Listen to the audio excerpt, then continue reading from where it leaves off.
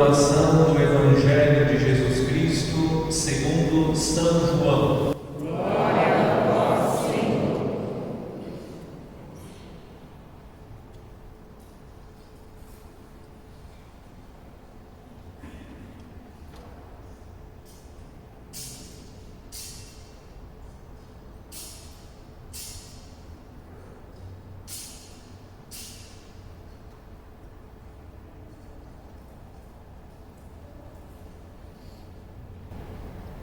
Naquele tempo, os discípulos disseram a Jesus: Eis, agora falas claramente e não usas mais figuras.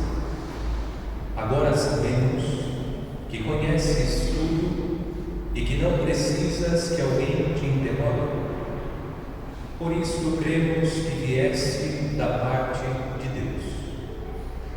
Jesus respondeu: Credes agora?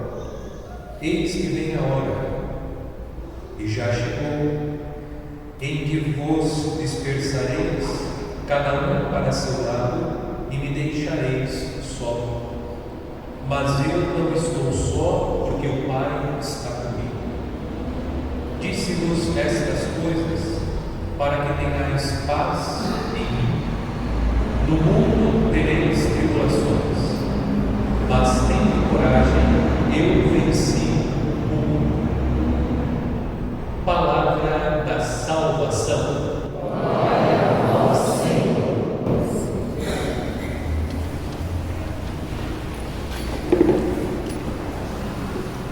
Depois da solenidade da ascensão de nosso Senhor aos céus, nós vivemos a semana preparatória à solenidade de Pentecostes.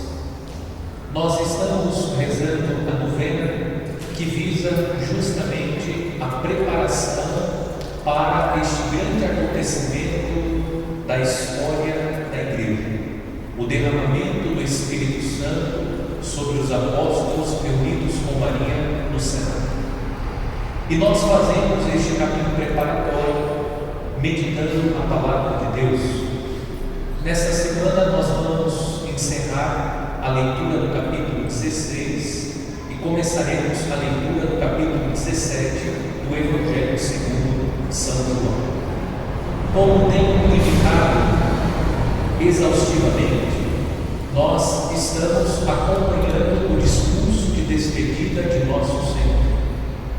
Hoje Jesus está desmascarando os falsos profetas. Explico o que isso significa.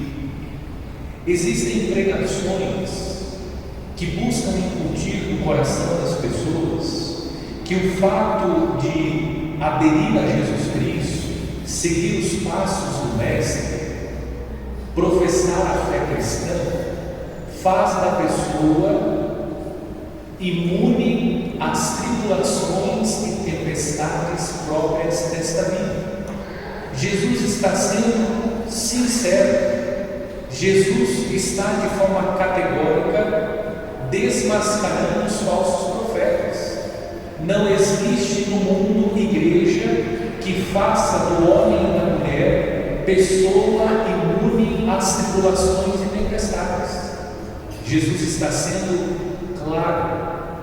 Disse: no mundo tereis tribulações. As tribulações são inevitáveis. Faz parte deste mundo as tribulações, provações, as dificuldades, elas são inerentes a esta vida. Contudo, Jesus está ensinando os seus discípulos que eles irão vencer. Coragem, eu venci o mundo. Como São Paulo nos ensina, em Cristo somos mais que vencedores. A fé cristã não faz de nós pessoas imunes às tribulações. A fé cristã nos fortalece de tal modo que nós vivemos as tribulações, mas depositando em Deus a nossa confiança, certos que todas as tribulações um dia irão passar definitivamente. Quando, Pai? Quando nós, pela graça e misericórdia de Deus, entrarmos nas alegrias do céu. Só no céu não terá tribulação. Enquanto nós vivemos neste mundo, nós teremos tribulações, mas a fé cristã abre este horizonte, a certeza que existe uma vida plena onde não haverá tribulação, onde as lágrimas cessarão definitivamente.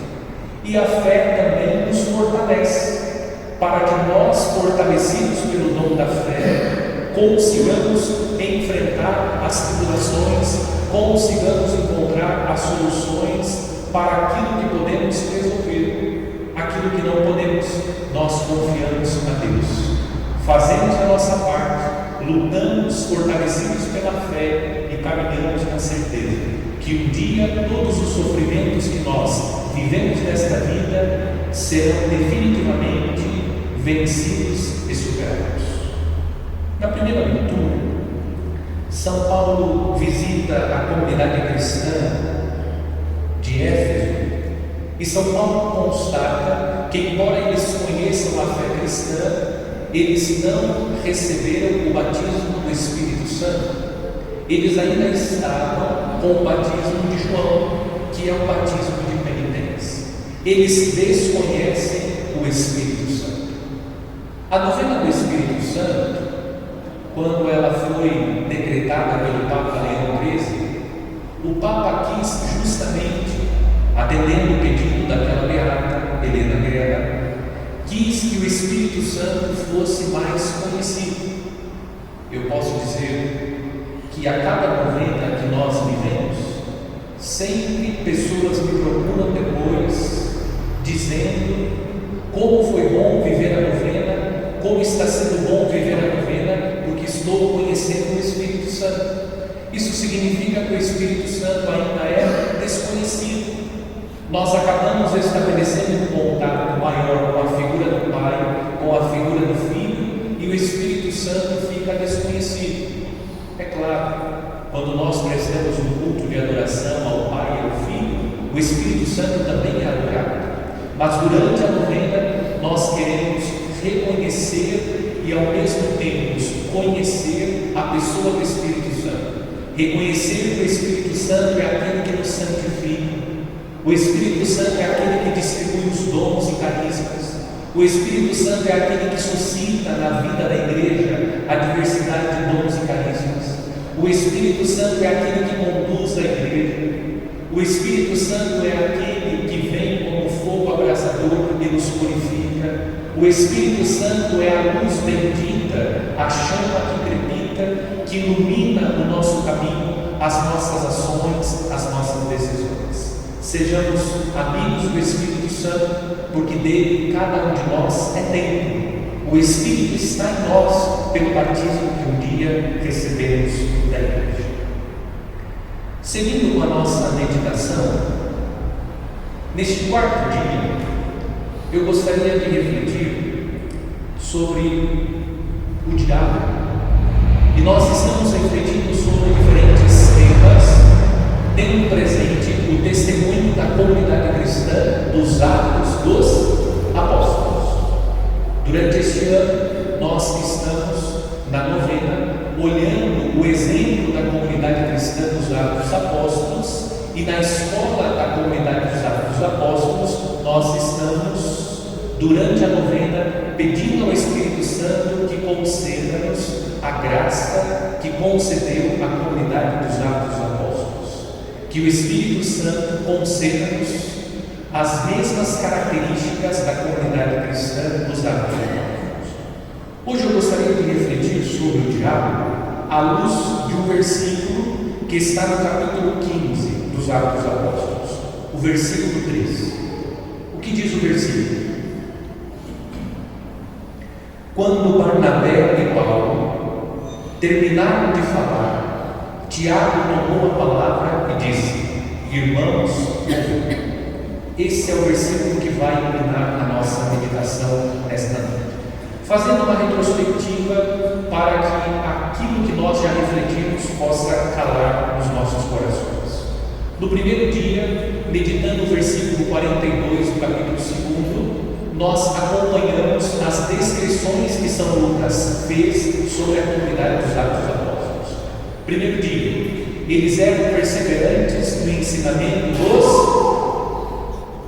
Meu Deus, Espírito Santo, socorre a igreja que esqueceu. Eram perseverantes no ensinamento dos apóstolos. E nós pedimos ao Espírito Santo a docilidade para que nós possamos receber os seus ensinamentos através dos nossos pastores. Os bispos são os sucessores dos apóstolos. O Papa é o sucessor do apóstolo São Pedro. O Espírito continua nos ensinando através dos nossos pastores. Segundo dia, eles eram perseverantes na comunhão fraterna. E nós pedimos ao Espírito Santo que Ele possa nos ensinar a viver como irmãos. Vimos os bens que nós recebemos vivendo a graça de ser cristãos na comunidade, com os irmãos. E ontem nós refletimos sobre a perseverança dos apóstolos na fração do pão e nas orações. E nós meditamos sobre a oração, pedindo ao Espírito Santo que nos ensine a orar. Que o Espírito Santo nos ensine a orar. Vamos à meditação deste quarto dia. Primeiro ponto: a comunidade cristã é formada por homens e mulheres. Fazendo um resgate, eu indiquei que a comunidade dos Atos dos Apóstolos não é uma comunidade constituída por homens e mulheres perfeitos. São homens e mulheres que têm defeitos. A diferença é, eles são guiados pelo Espírito Santo. Inclusive nós indicamos a fragilidade de Ananias e Zafira, que quiseram enganar os apóstolos, a fragilidade do apóstolo São Pedro, que agiu de forma discrepante. A fragilidade está presente nos homens e mulheres que formam a comunidade cristã dos Atos dos Apóstolos. A Igreja de Cristo, ela é santa e indefectível. A igreja é sem defeito, a igreja é perfeita. Por que a igreja é perfeita? Porque a cabeça da igreja é Cristo Jesus.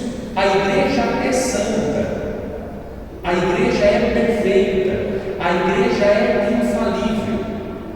Quem são os imperfeitos, os pecadores, os falíveis? Somos nós que estamos na igreja.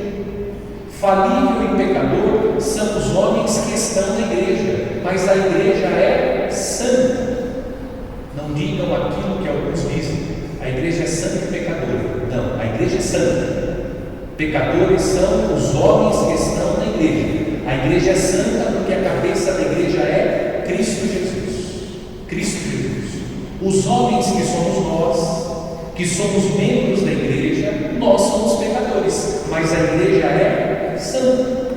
É um engano, portanto, pensar que a comunidade cristã é uma comunidade constituída por homens e mulheres perfeitos. Há quem participe da igreja imaginando que vai encontrar na comunidade cristã homens e mulheres perfeitos. Nós não encontramos homens e mulheres perfeitos em plenitude na comunidade cristã. Nós encontramos na comunidade homens e mulheres que buscam a perfeição, homens e mulheres que buscam a santidade. Há quem esteja mais avançado neste caminho, no caminho da perfeição e da santidade, há quem ainda esteja no início. A comunidade cristã, ela é formada por homens e mulheres que estão buscando. Alguns estão avançados, outros estão no início. Não se engane. Você pode se frustrar, ficar chateado com aqueles que participam da comunidade, porque a comunidade cristã é formada por homens e mulheres que têm defeitos, que são imperfeitos. Que bom que essa pessoa, cujo pecado é público, está na igreja. Que bom que essa pessoa está participando da comunidade. os seus defeitos são conhecidos, mas a comunidade cristã, a igreja, é o lugar onde o bom samaritano deixou aquele que estava ferido.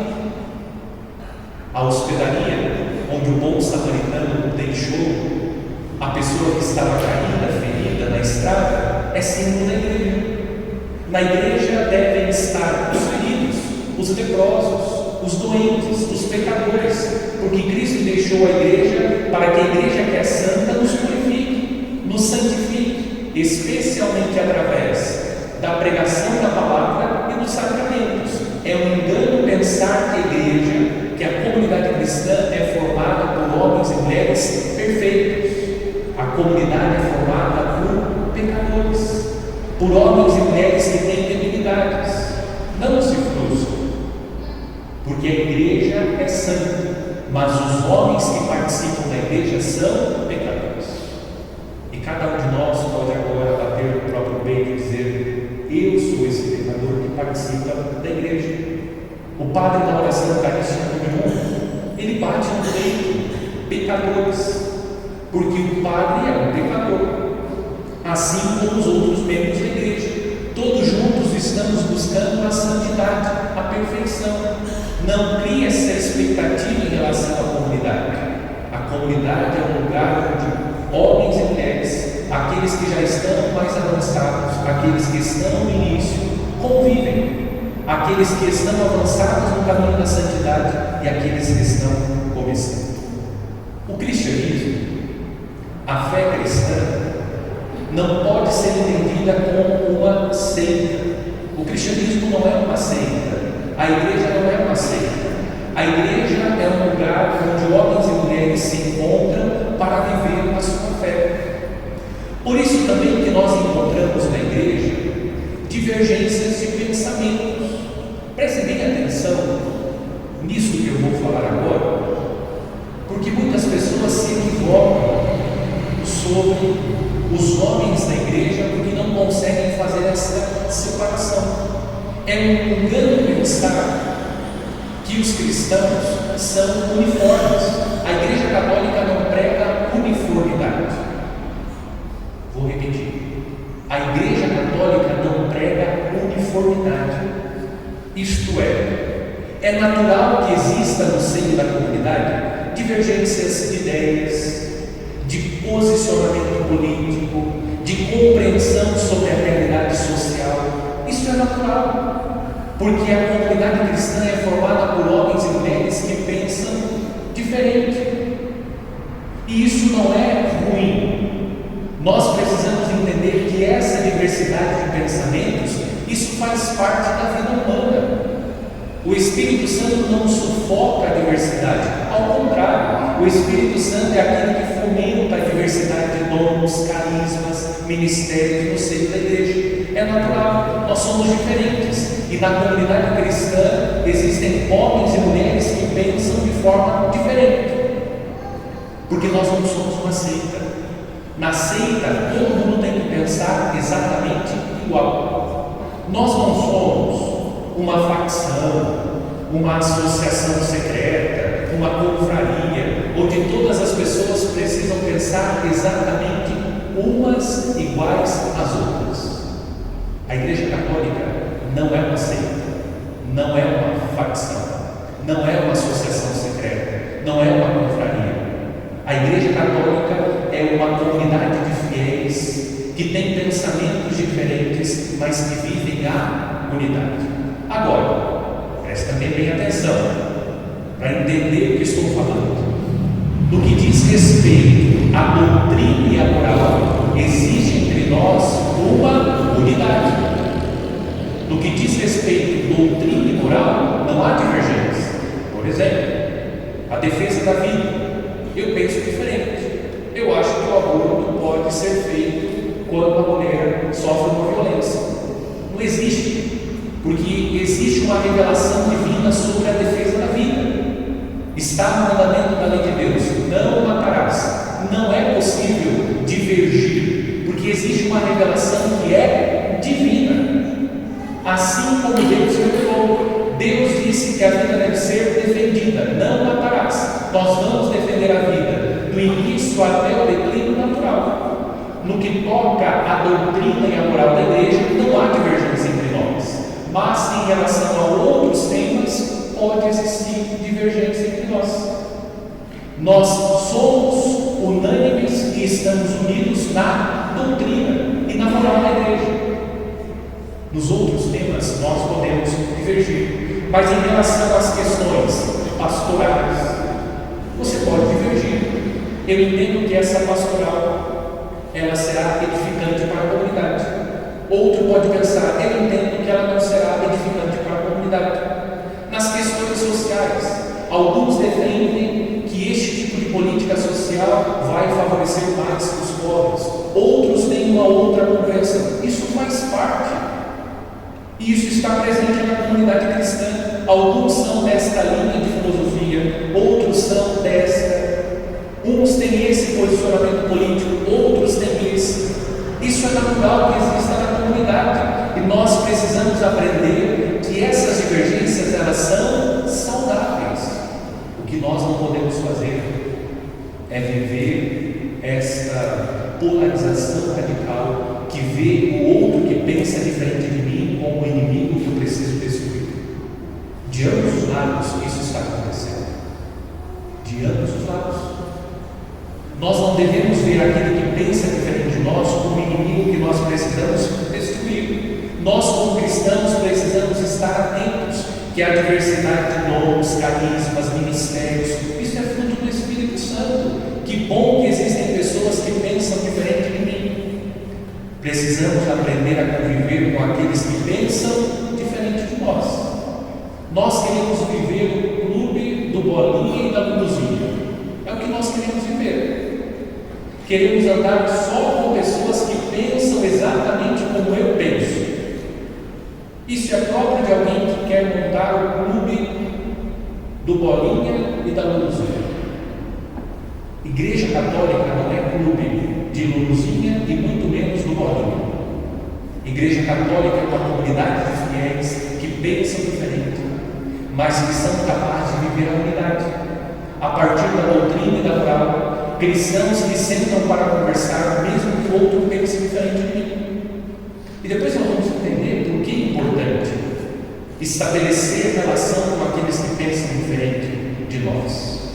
E não devemos ver o outro, porque cristão católico não deve ver aquele que pensa diferente de mim como inimigo que eu preciso eliminar. Eu preciso, usando uma linguagem contemporânea, cancelar. Isso não é cristão, isso não é catolicismo. Você, eu e você, não é dono da verdade.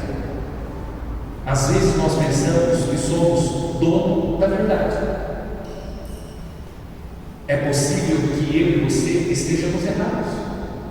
Num determinado tema, eu posso estar errado. Portanto, é necessário que eu tenha consciência que eu não sou o dono da verdade. Quando nós temos consciência que nós não somos o dono da verdade, nós somos capazes de estabelecer diálogo com qualquer pessoa. Veja, vou ser repetitivo para ficar bem claro. Em matéria de doutrina moral é uma coisa. Não é disso que nós estamos falando. Nós estamos falando de outras coisas que fazem parte da vida comunitária, da vida social, e que nós, como cristãos, precisamos aprender a dialogar, porque o tema da nossa meditação hoje é o diálogo. Segundo ponto, aprender a dialogar. A comunidade cristã dos Atos dos Apóstolos, e por este motivo eu pensei no versículo do capítulo 15, tinha problemas. Era uma comunidade formada por homens e mulheres que têm imperfeições, naturalmente uma comunidade que tinha problemas. Entre eles está a questão da circuncisão. O texto que nós ouvimos, o versículo, está no contexto da discussão sobre a circuncisão, que é um rito próprio da religião judaica. Os cristãos estavam discutindo aqueles pagãos que querem vir para o cristianismo, eles precisam passar pelo rito de circuncisão? Foi um problema no início da igreja. E eles estão justamente refletindo sobre essa situação, tentando encontrar uma solução. Qual foi o caminho que os apóstolos encontraram, escolheram para responder à questão? Se você ler o texto, você vai constatar, o versículo que eu pensei já está indicando que existiu entre os apóstolos um diálogo. Alguns defendiam que era necessária a circuncisão, outros se posicionavam de forma contrária. Através do diálogo reunidos, os apóstolos e os anciãos, pelo diálogo, chegam a uma resposta. Não é necessária a circuncisão. Através do diálogo, após um longo tempo de reflexão, diz a Escritura, os apóstolos e anciãos decidiram. O versículo diz o seguinte, vou repetir o versículo. Quando Barnabé e Paulo terminaram de falar, Tiago tomou a palavra e disse: irmãos, ouvi. Eles ouviram Barnabé e Paulo, depois ouviram Tiago, também Pedro falou, depois eles tomaram uma decisão. Isso significa o quê? Que a comunidade encontrou um método para resolver os problemas, o diálogo. Porque na comunidade tem problema? Tem. Na sua casa tem problema? Tem. No seu trabalho? Tem. Onde tem o ser humano tem problema. Agora os apóstolos nos ensinam, a comunidade dos Atos dos Apóstolos nos ensinam como resolver os problemas através do diálogo. Agora, o que é o diálogo? O diálogo exige fala e escuta. O monólogo é o que está acontecendo aqui. Só eu estou falando. Vocês têm que ficar quietinhos. Só eu falo. Isso é um monólogo. O diálogo supõe: eu falo, você escuta, você fala e eu escuto. Agora, a fala precisa ser com caridade. Caridade. Você tem o direito de falar, mas você deve falar com caridade. A caridade é fundamental para que o diálogo possa fluir e atingir o objetivo que ele deve atingir. Qual é o objetivo? Dirimir a questão. Eu preciso encontrar uma solução para o problema. E através do diálogo, falando com caridade, você chega à solução para o problema. Escuta. Escutar com respeito. Você fala com caridade, mas também você precisa escutar com respeito. Falar com caridade significa utilizar as palavras adequadas. Você precisa usar as palavras adequadas. Escutar com respeito significa escutar com atenção. Vamos dialogar. Você tira o celular do bolso, enquanto a mulher vai falando, você vai resolver os problemas do celular. Isso não é escutar com respeito. Ou você, mulher, vamos conversar. Vai falando enquanto eu vou fazendo a comida e limpando a casa. Isso não é escuta com respeito. É preciso dar a devida atenção àquele que fala. Eu preciso olhar e mais fazer silêncio. Talvez hoje a maior dificuldade seja a escuta. Eu vejo quando atendo as pessoas. As pessoas falam, e depois, quando você começa a falar e orientar, as pessoas começam a interromper. Você vê a dificuldade que as pessoas têm hoje para escutar. Essas pessoas somos nós. Nós não deixamos o outro falar. Passamos 2 horas falando, quando o outro vai falar, começa a interromper. E com todo respeito, parece que isso é mais comum nas mulheres. Então estejam mais atentos, todos nós, mas estejam mais atentos. Nós precisamos falar com caridade, mas também precisamos saber escutar com respeito. E escutar com respeito significa dar atenção àquele que está falando sem interrupção. Deixe o outro falar. Vai chegar o seu momento e você vai poder falar o quanto quiser, mas aprender a escutar. Sem essas coisas não se alcança o quê? A compreensão. Você não consegue compreender e entender o outro porque você não está ouvindo atentamente e de forma silenciosa o que o outro está dizendo. Agora, entender, compreender não significa concordar. Você escuta, você entende o que o outro está falando, mas nem sempre você vai concordar. É assim. Queiramos ou não, é assim. Nós não concordamos em tudo uns com os outros. Isso é natural. O que nós precisamos aprender? Aprender a conviver com aqueles que pensam diferente de nós. Qual é o problema de você torcer para o Corinthians e para o São Paulo? Nenhum. Você torce para o Corinthians, eu torço para o São Paulo e continuamos amigos do mesmo jeito. Só que nos dias de hoje, o fato do outro torcer para o Corinthians e não para o São Paulo, eu olho o outro como meu inimigo que eu preciso destruir. Isso não é cristianismo, isso não é catolicismo. Nós precisamos entender que nós não somos o dono da razão, o dono da verdade. E quando nós vamos estabelecendo esse diálogo com o outro através da fala, com caridade e da escuta respeitosa, nós vamos naturalmente crescendo, porque o outro vai nos interpelando. Por que eu não posso torcer para o Corinthians? Talvez o Corinthians seja um time melhor. Claro, estou usando um exemplo bobo, mas para que nós possamos pensar nas coisas mais sérias da vida, como nós estamos reagindo em relação ao diálogo, que espécie de diálogo nós estamos estabelecendo.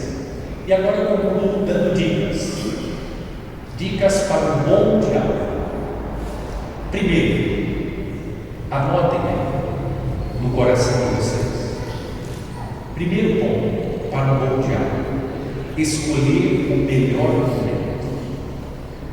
Não adianta querer dialogar quando você parece um combate de verdade, querendo enforcar o outro. Escolha o melhor momento. Não seja precipitado. Bom, o padre falou na homilia hoje, eu vou chegar em casa e vou querer resolver todos os problemas que eu tenho com meu marido, com a minha esposa, com o meu filho, amanhã no trabalho, com aquele colega de trabalho. Calma, não seja precipitado. Escolha o melhor momento.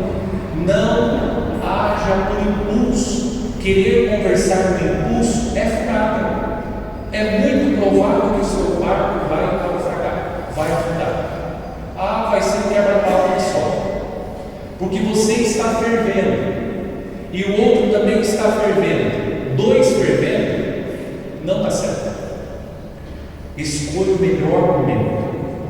Agora, prestem atenção, homens, agora os homens.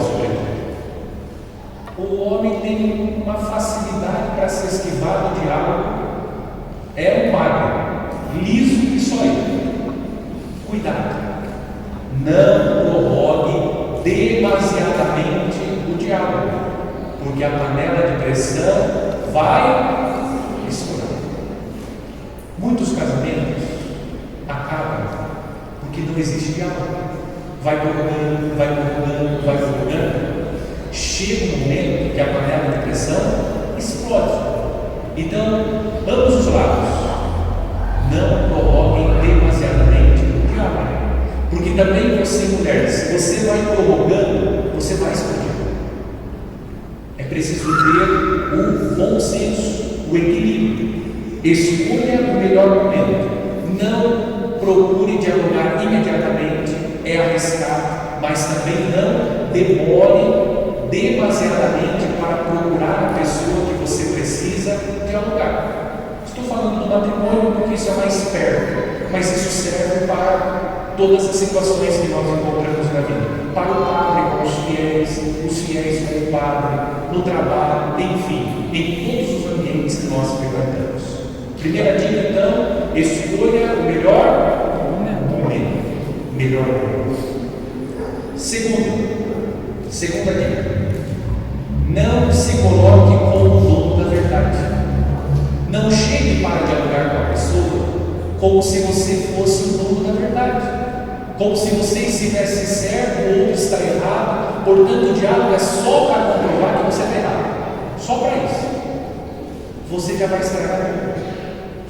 Não se coloque diante do outro, mesmo que esteja visível, nítido para você que o outro está errado, mas se aproxime dele com respeito. A escuta respeitosa vai dizer um monte de coisa que você vai ter vontade de pular da cadeira com os dois pés no peito do sujeito ou da sujeita. Mas não se coloque como o dono da verdade. Você pode ter entendido errado. E como isso acontece? Existem pessoas que brigam porque na verdade não entendeu o que o outro disse, ou porque a informação chegou errada. Como ela não entendeu corretamente o que o outro disse, ela já brigou com o outro, não conseguiu dialogar. Cuidado! Quantas vezes nós nos equivocamos sobre pessoas? Você imagina, essa pessoa é meio difícil. Depois você vai convivendo com ela, você, nossa, não é nada daquilo que eu imaginava. Por quê? Uma compreensão errada, porque você pode ter entendido de forma errada o que a pessoa disse ou o que a pessoa é. Também, você pode estar errado. Por isso, considere que você também é falível. Talvez você tenha consciência que você está certo, mas pode ser que você esteja errado. Então considere, quando você procurar alguém para conversar, que você pode estar errado, mesmo que as coisas estejam assim, claríssimas, que você está certo, mas considere, pode ser que eu esteja errado, pode ser que eu esteja errado. Se aproxime da pessoa não como dono da verdade. Terceira dica: pense e reflita antes de falar, escolhendo as melhores palavras. Pense primeiro. É importante aquilo que nós conversávamos ontem na meditação. A oração, ela retarda algumas decisões. Você deve primeiro pensar e refletir. O que está acontecendo? Onde está o possível erro? Quais são os meus erros? Pense em você, não pense no outro. Reflita sobre você e pense o que você vai falar. Por quê? Dependendo da forma como você fala, você perde a razão. Você machuca o outro. Você fere profundamente o outro. Tome cuidado. Pense quais são as palavras mais adequadas, para que você não coloque as palavras e machuque o outro, ou talvez se expresse mal e não seja compreendido. Considere o seu interlocutor. O que eu quero dizer? Se você está falando com o seu marido, se você está falando com a sua esposa, não se esqueça, você está falando com o seu marido, você está falando com a sua esposa. Se você está falando com o seu filho, com a sua filha, é com o seu filho, é com a sua filha que você está falando. Se você está falando com um colega de trabalho, é com um colega de trabalho. Porque às vezes, especialmente na vida matrimonial, o cônjuge se dirige ao outro como se o outro fosse o filho ou a filha dele ou dela. Você não está falando com o seu filho, com a sua filha. Você não está falando com o seu colega de trabalho. Você precisa considerar quem é a pessoa. Quem é o seu interlocutor? Com quem eu preciso conversar? Você precisa refletir a partir disso, escolhendo as palavras, considerando quem é a outra pessoa. Pense e reflita antes de falar. Escolha as melhores palavras. Quarto, não lave as suas roupas sujas na lavanderia do vizinho. Cuidado. Às vezes a pessoa quer resolver as questões lavando primeiro a roupa suja na lavanderia do vizinho. Você vai primeiro contar para todo mundo o que está acontecendo, para depois procurar a pessoa e resolver a questão. Isso é péssimo. Aqui eu usei um eufemismo para dizer fofoca mesmo. Cuidado com isso, não faça isso. Isso é péssimo. Se você vai primeiro procurar outras pessoas, vai contar o que aconteceu, é lavar a roupa suja na lavanderia do vizinho. Você tem que lavar a roupa suja na sua casa. É na sua lavanderia que você deve lavar a sua roupa suja. Fofoca é uma desgraça, é um câncer na vida da comunidade, na família, no ambiente de trabalho. Se você tem alguma coisa com a pessoa, seja homem o suficiente, seja mulher o suficiente para procurar a pessoa. Não fique procurando os outros. Procure as amigas, os amigos, o pai, a mãe. Seja homem, seja mulher. Olhe nos olhos da pessoa e converse com adultos. Criança dá para considerar. Adolescente, jovem já não dá muito. Nós precisamos ser adultos. Nós estamos falando aqui hoje que é natural que existem divergências, problemas. Isso faz parte da vida. O que nós precisamos ser é maduros para lavar a roupa suja. Não envolva outras pessoas. Siga o conselho de Jesus. Correção fraterna. Chame o outro, converse com o outro. É com ele que você tem que resolver. Não fique fofocando. Não fique lavando roupa. Não fique Isso estraga esse diálogo que pode ser muito construtivo e edificante para todos nós, porque nós erramos, nós falhamos, faz parte, nós estamos sujeitos. Mas quando você adota esse tipo de comportamento, isso é péssimo, isso não constrói o diálogo. Quinta dica: escutar com humildade e respeito. Aquilo que parece um absurdo para você, para o outro é doloroso. Homens, prestem atenção, entenda que a mulher não tem uma cabeça de homem, e mulheres, entendam que o homem não tem uma cabeça de mulher. Nós erramos muito porque nós imaginamos que, sobretudo, o diálogo entre homem e mulher. Eu, como homem, estou falando com uma mulher, penso que a mulher pensa como eu penso.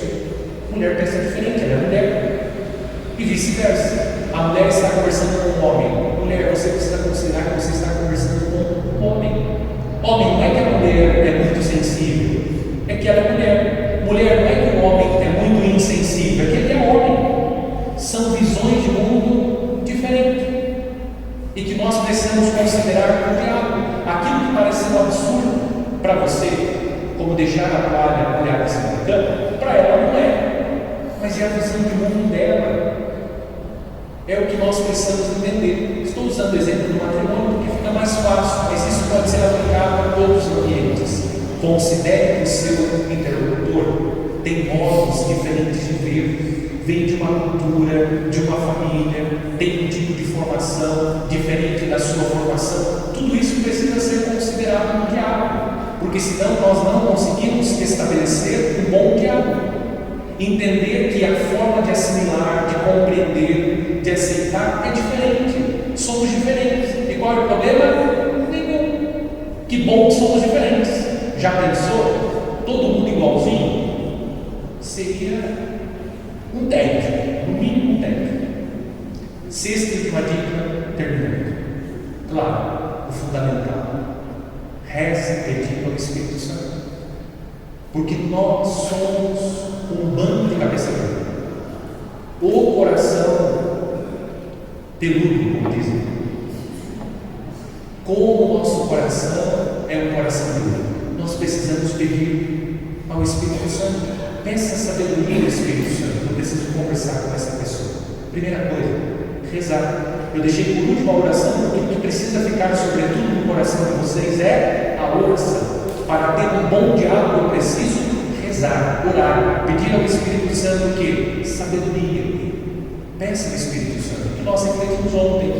Espírito Santo, dá sabedoria. Você tem um BO para resolver lá no seu trabalho? Peça ao Espírito Santo. Espera um pouquinho, respira. Eu já volto aqui, vou no banheiro. Vai no banheiro, se tranca lá e pede ao Espírito Santo. Espírito Santo, dá sabedoria. Dá ao Espírito Santo a graça da sabedoria. Dá discernimento, porque às vezes nós precisamos de discernimento. A situação é tão conflituosa que você não sabe o que dizer, o que fazer, qual é a orientação. Discernimento, precisamos. E Deus vem em auxílio, gente. Deus vem em auxílio da nossa fraqueza. Ele dá discernimento. Eu falo como padre, a gente não sabe tudo. Às vezes as pessoas chegam com cada situação difícil e humanamente não tem uma resposta, mas Deus vem em auxílio da nossa fraqueza. O Espírito Santo ilumina, dá discernimento. Você disse uma palavra que não é minha, que não é nossa, é de Deus. Discernimento. Peça ao Espírito Santo amor. Amor. Nós precisamos do diálogo, amar o outro. Amar. Espírito Santo me ensina a amar essa pessoa, porque às vezes nós somos difíceis. Essa pessoa difícil somos nós mesmos. Nós somos difíceis. Precisamos pedir ao Espírito Santo a graça de amar o outro, mesmo que o outro esteja errado, porque ele pode estar errado. Espírito Santo me ensina a amar. E por fim, peça ao Espírito Santo uma humildade. Só é capaz de dialogar quem é humilde. A humildade. Eu vou me aproximar, vou dialogar com humildade, reconhecendo que o outro é meu irmão, que eu também posso estar errado, equivocado, e vamos tentar juntos encontrar uma solução para a dificuldade que nós estamos enfrentando, o problema que se levantou, a humildade. Essa é a comunidade cristã dos Atos dos Apóstolos. Vamos pedir hoje ao Espírito Santo que nos dê essa graça de sermos pessoas do diálogo. Vamos conversar, vamos dialogar para juntos encontrarmos as soluções. Não se escandalize se na comunidade existem pessoas que pensam diferente de você. Que bom! Essa é a igreja de Cristo. A igreja que comporta diferentes pensamentos.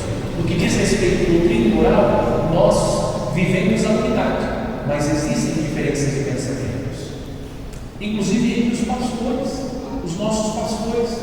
Qual é o problema disso? Nenhum. Mas nós estamos unidos pelo mesmo Espírito e buscamos no Espírito dialogar. Tenha certeza, se eu e você colocarmos em prática esse ensinamento da comunidade, quase 100% das nossas dificuldades serão superadas. Porque uma das coisas que mais falta no dia de hoje é diálogo. É diálogo. A capacidade de dialogar. Dialogar como nós vimos hoje